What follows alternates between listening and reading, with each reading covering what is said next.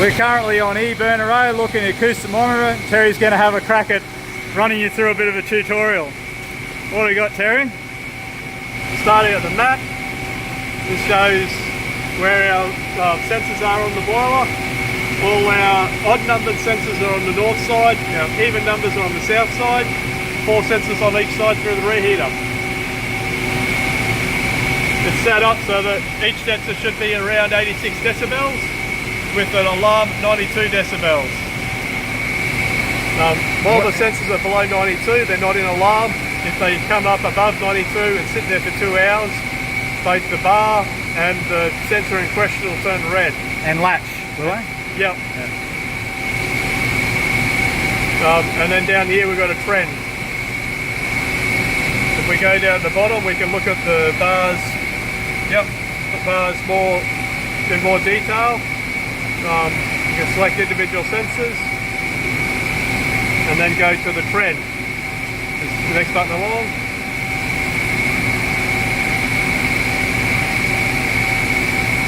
On the trend is probably the most relevant page.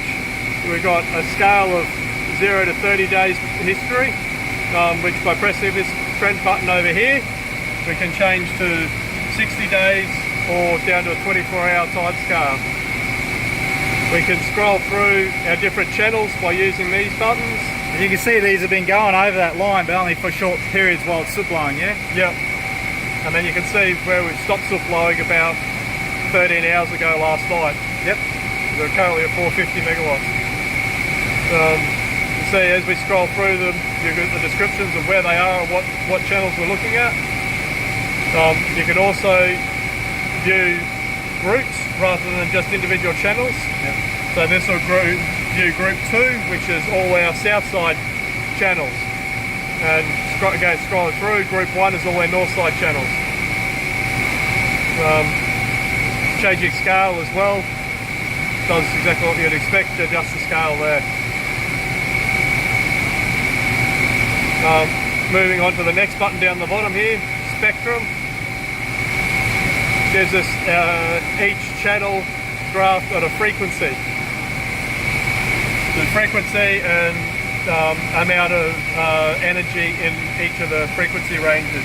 So a tube loop will be between 1 and 3, roughly? Yeah, you'll see, we've been told that you'll see a lot more noise in that area. Yeah.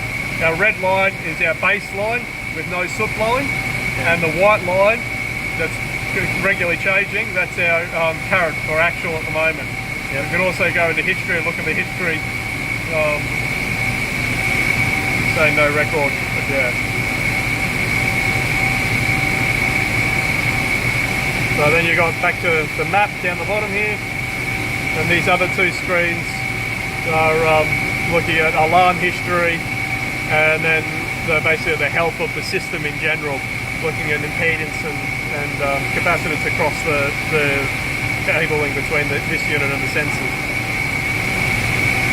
So the map down the bottom, it's probably the most relevant to give a general overview of where we're at, and a quick glance will tell you that everything's all good, or that we've got a problem to investigate further. Okay, that was the first attempt. Probably need a bit of refining, but thanks for listening.